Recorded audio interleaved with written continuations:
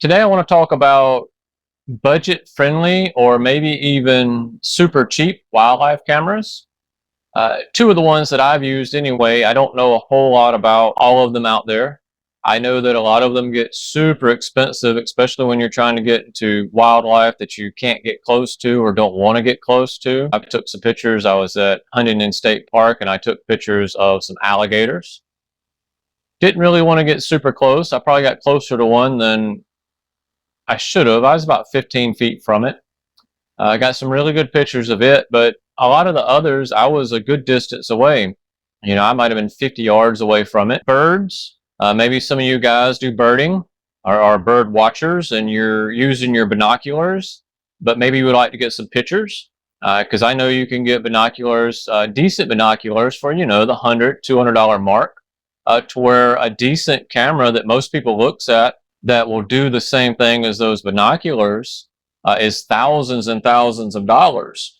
But I want to bring you two budget-friendly cameras that will zoom out and get some good pictures, depending on the range of how good of pictures they take. And I want to go two that I've used personally, one I still use. I am a huge fan of the Nikon series. But these two cameras are considered point and shoot.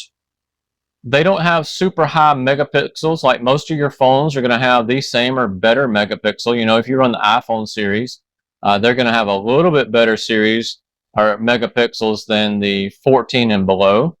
But you get into the 15, the iPhone is a 48 megapixel front camera. So you got that 48 megapixel front camera on there, but it doesn't have a great zoom to where these. So I've got the Nikon P500, and this is a smaller camera. It is 1.22 pounds. So it's not very big. It comes with its little neck strap. I would actually prefer a bigger strap on this one where it goes around my neck and my arm, so it's around both. This one I can only put around my neck, which is fine because it is lightweight. So it would sit like this, and you can come up. Personally, I'd get a longer strap so I could do both, so I could sling the camera around on my side if I wanted it. That's how I carry my other camera. We'll go over that in a minute. It comes with its lens cap, and I'm not going to go over all the video on this one. It does do high def. It does 1080p at 24 and 30 FPS. Typically, you're going to put that on 30 when you're just taking standard video. But I'm not going to go super deep into that one. It goes from... It has a 42x wide optical zoom lens, meaning it will basically go from 24 to 1,000 millimeters. So this will get a good ways out there. So if you got a 1,000 millimeter lens on a camera, a mirrorless camera, or a DSLR that had attachable lenses, you're going to pay more for the camera and or the lens than you're going to pay for this. Now, they don't make this one anymore. This is the Nikon P500. You can also look at the Nikon P500. The P500 takes specific batteries to it, and you just have a charger that comes with it. So I've never run out of battery because I have 3 batteries for this one, and when I would go on hikes or going to the zoo or going out wildlife observing, I would just take all 3 batteries charged up, and sure, I had to swap them. Didn't have to worry about the SD card because I would take a 128 gigabyte SD card, and you can get a lot of pictures on 128 gigs. So I would just put my one SD card in there. Sometimes I'd carry a backup. Typically I wouldn't. I would just carry more batteries. But what I want to show you is I took a picture of a bald eagle with this camera at 80 yards, and this is what it looks like. That's a pretty good picture. Your iPhone or your Samsung or any of those aren't going to get that good a detail on that picture. They're going to pixelate. And I know Samsung makes some great zoom lenses. I do know that, but it's still not going to get that good at 80 yards. Not with that bald eagle. And I carried this one for about a year. I really liked it. I really got into it. And unfortunately, I ended up dropping this camera. I still use it because it's just got a little blur on the lens. I could send it in. That's one thing you could do, is send this in to a professional cleaner, and he could get the blur off. But I dropped it, and the blur is not on the outside lens, it's on the inside. and they would have to get down in there and clean it. So instead of doing that, I actually upgraded, and that's my second choice for you. But this one, you can pick a Nikon P510 or P500, either one, for around $100, between the 100 and 150 mark. And honestly, most of these don't have high shutter counts. This one doesn't have a very high shutter count even now. And when I'm talking high shutter count, I mean pushing 100,000 pictures. You know, if you've got 10, 15,000 pictures, you're going to be okay. It's still got a long life left on this. This one I don't think had 1,000 when I got it. It's a little over 10,000 now, so I've took a lot of pictures with it. But so the Nikon P510 or P500, this is the 510. The only difference in those two cameras is the battery system. This comes out, your little pull-out screen here. If you're trying to get low, you know, a lot of times you come down and you look at the screen.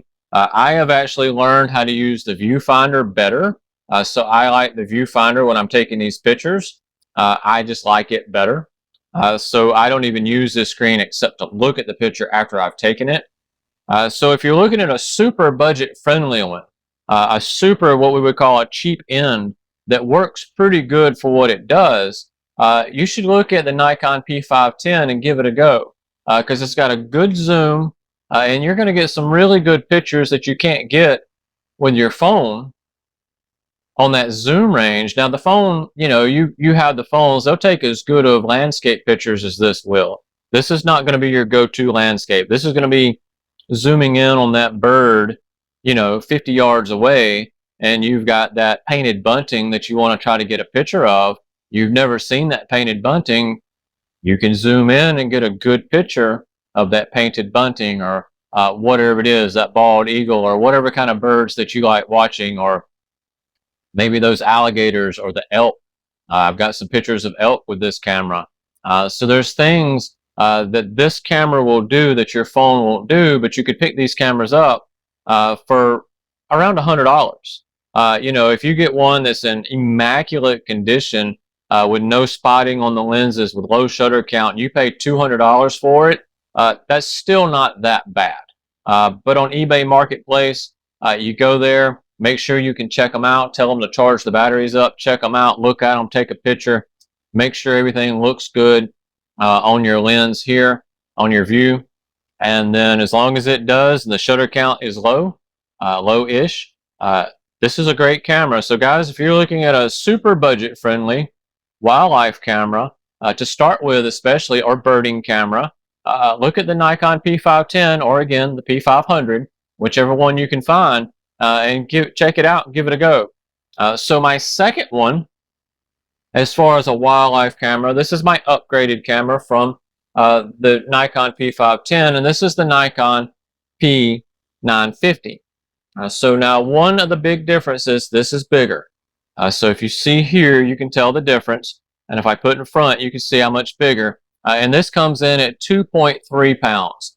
This one was 1.2. This is 2.3. So basically twice the weight. It is bigger. And on this one, I actually have a strap. I don't have it on here right now because I've just pulled it out of my storage case, that it goes around and it hangs down. But I also have a quick release here on my backpack that I actually mount it right here on my backpack. So it's always here. I hit the quick release and I've got at it. You can have that quick release on your belt. You can get one for the P510 as well. I just didn't because it was a short strap. But this 950, it is definitely an upgrade. It has a lot longer zoom than the 510.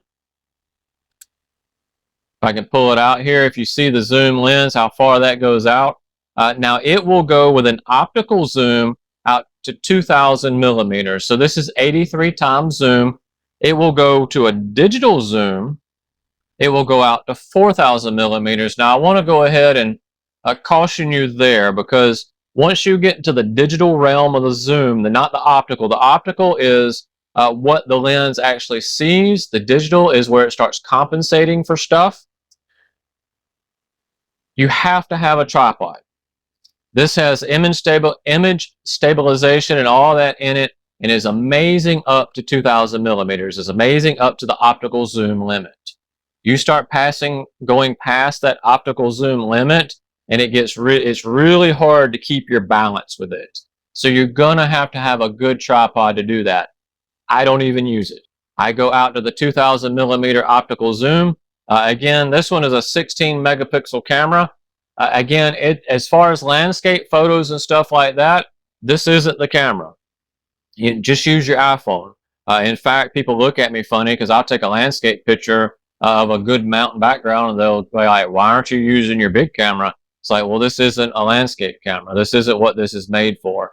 And it's with any other camera, you know, if you had a DSLR, if you had a mirrorless camera, to get the zoom and then to get the landscape, you have to change the lenses. It's the same thing, but I don't see a reason in doing that when I've got a zoom camera and my iPhone. So my iPhone is only, it's an iPhone 14, so it's not that great. But my wife's iPhone is an iPhone 15, and it's 48 megapixels. So she can get some amazing landscape pictures. But zooming in, even her 48 megapixels doesn't come anywhere near this on zoom. And I want to show you some pictures of some birds and some alligators that I took with this camera zoomed out. You know, you don't want to get too close to an alligator, right? But I got some really close zoomed in shots. In fact, people started looking at them. They're like, how close were you to that alligator? So I want to show you how good of pictures this takes of some birds. And I also want to show you how good of pictures it takes of those alligators and a few other things. So let's check those out.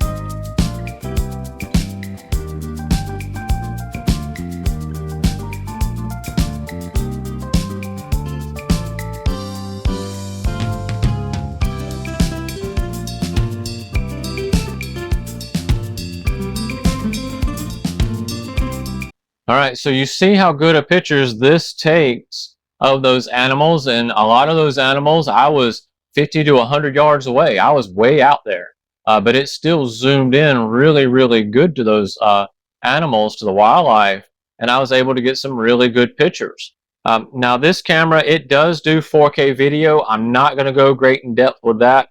I know it will do 4K 30 at 30 FPS. Which is the only thing I've ever used it on. In fact, I don't even use the video button. I just push the record button on the back when I'm in picture mode. Because I might have a bird or the alligator. And the one thing that's nice about this one, it has a birding mode. So it has right here on your dial, you turn it to take pictures of birds, and it sets it up to where when you take a picture of the bird, the background is blurred. That's amazing. And I honestly take pictures of most of the wildlife on birding mode. It also has a moon mode.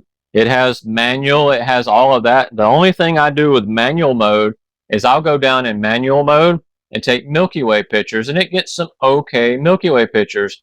You can see those here. So this camera at 16 megapixels in manual, I can take some okay Milky Way pictures. Now you have to have it on a tripod, and there's settings that you have to put on it. I'm not going to go into all that in this video because this video is all about if you are looking for a couple, whether you want to get in the door super cheap at around $100 or whether you want to spend a little more money around $1,000. I think you could pick them up around $800 now, but you might want to get a couple things with them. You might want to get a couple of lens covers and stuff like that, different lenses to go on the top, which you can get the screw-in lenses. I got one that is a sun lens. I can screw it on and take pictures of the sun, which is pretty cool because I can zoom way into the sun and I can get the black spot or the dark spots of the sun, which is really neat. And they make other lenses you can attach, so you may want to purchase that with it. Get some extra batteries. I have 5 batteries, so I have 4 extras. I always keep them charged. And to be honest, even on a good hiking trip that I see a lot of wildlife, one of those was at Huntington Beach. We went walking around the place, and I was constantly taking pictures. The only thing I had to do, I swapped the battery out one time. And I carry a 128 gigabyte SD card in here and an extreme SD card. And I've never had a problem. I've never had to change the SD card out because they hold a whole bunch of pictures. No matter the settings you got it on, it does pretty well with those pictures. If you're looking for a couple wildlife cameras and you don't want to spend a whole lot of money on it, these cameras, $100 for the 510, P510, $1,000-ish, a little less than $1,000 for the P950, and you can get some really good pictures with these cameras. You don't really need to jump into the market or jump in the door of wildlifing with a super duper expensive camera. And I'm not saying, you know, $100 isn't that bad, but some of you, $100 may be a stretch. So you might have to save your money, get you a good protective case, carry it around, and make sure you take care of it. And then $1,000, again, maybe a bit of a stretch. You may have to save a couple paychecks, right? And you want to take care of it, get you a good case to carry it in. But this thing takes amazing pictures, and so does this one. This is a little more budget friendly. This is going to get better pictures at further distances. But either one of these, for any of you guys trying to get in the door, especially I go hiking a lot, and I see a lot of guys with just binoculars. They're decent binoculars, you know, $100 pair of binoculars. But if you're looking to take pictures of the birds you're looking at $100, you're probably going to get about the same zoom on this one, and you'll have a picture of that bird.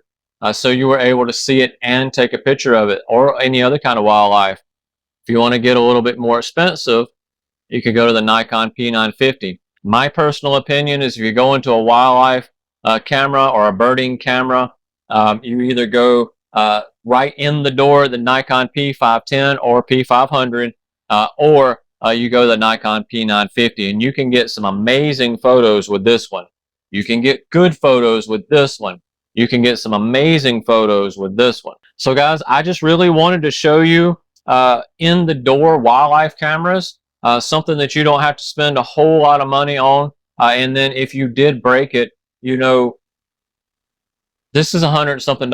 So if you do break it, you've lost $100-something. However, it's only $100-something. It's not that $5, $10, $15, $20,000 camera. Again, the same with this one.